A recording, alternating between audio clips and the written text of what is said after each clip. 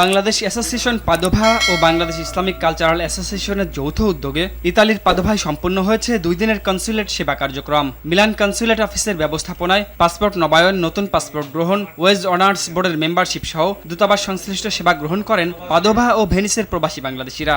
এ সময় মিলান কনস্যুলেটের consul general Iqbal Ahmed Chowdhury, consul Shamsul Ahsan সহ দূতাবাসের কর্মকর্তাদের ধন্যবাদ জানান বাংলাদেশ অ্যাসোসিয়েশন পাদোভার সভাপতি জামান সরকার কামরুল, সাধারণ সম্পাদক শফিকুল ইসলাম শফিক, বাংলাদেশ ইসলামিক কালচারাল অ্যাসোসিয়েশনের সভাপতি হুমায়ুন কবির সহ প্রবাসী সেবা গ্রহীতারা।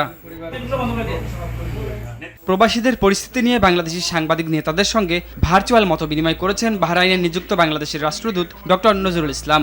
আলোচনায় ছুটিতে দেশে আটকা পড়া ও ভিসার মেয়াদ শেষ হওয়াদের ফিরিয়ে নেওয়া এবং ভিসা সমস্যার সমাধান সহ সাংবাদিকদের বিভিন্ন প্রশ্নের উত্তর দেন রাষ্ট্রদূত নজরুল ইসলাম ও কাউন্সিলর রবিউল ইসলাম।